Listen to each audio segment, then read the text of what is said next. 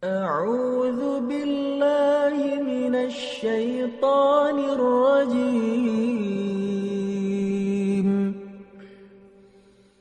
بسم الله الرحمن الرحيم.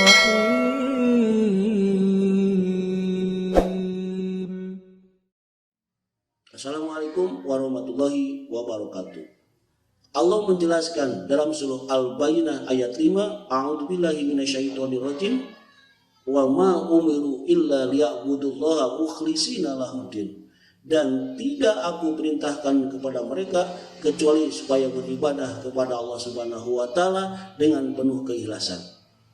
Sahabat Iwabillah, Allah di sini sangat jelas sekali.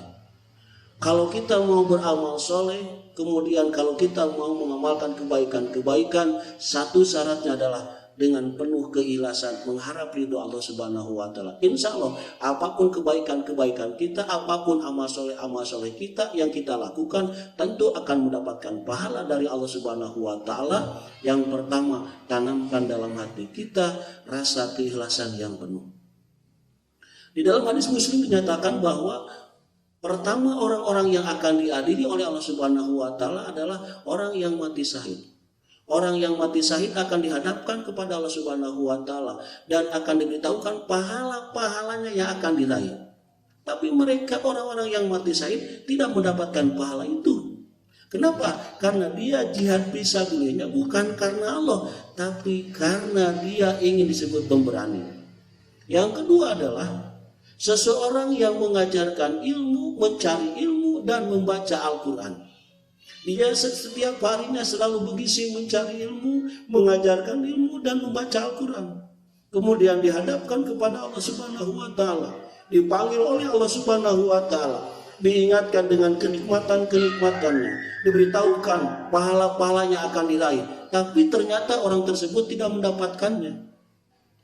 Tapi malah orang yang mati syahid, malah orang yang mengajarkan ilmu, mencari ilmu dan baca Al-Quran bukan mendapatkan pahalanya, tapi malah dilemparkan kepada api neraka. Kenapa? Karena dia mencari ilmu, mengajarkan ilmu dan baca Al-Quran bukan karena Allah, tapi ingin disebut ulama, ingin disebut orang yang pandai baca Al-Quran.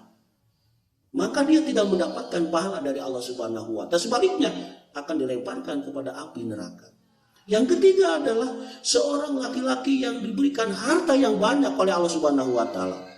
Dia berikan pada panti asuhan, fakir miskin, bangun masjid, infrastruktur selalu dia sumbang. Tapi mereka begitu dihadapkan kepada Allah Subhanahu wa taala, mereka tidak mendapatkan pahalanya. Tapi malah dimasukkan kepada api neraka. Kenapa? Karena tadi mereka melakukan, orang yang kaya itu melakukan infak, sedekah, zakat dan yang lainnya bukan karena Allah, tapi ingin disebut orang yang paling dermawan. Akhirnya bukan pahala yang didapat, tapi malah siksa akan didapat oleh orang tersebut. Masya Allah, dari kisah ini kita akan mendapatkan pelajaran yang sangat berharga buat kita.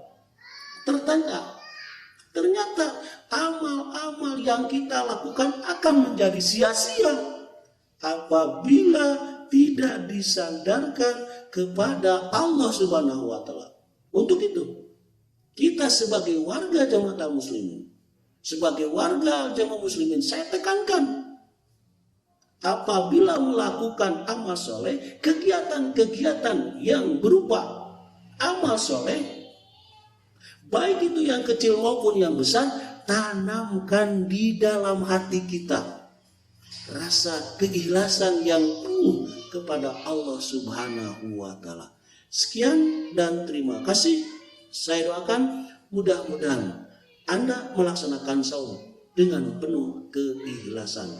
Wassalamualaikum warahmatullahi wabarakatuh. ولا تموتن إلا وأنتم مسلمون.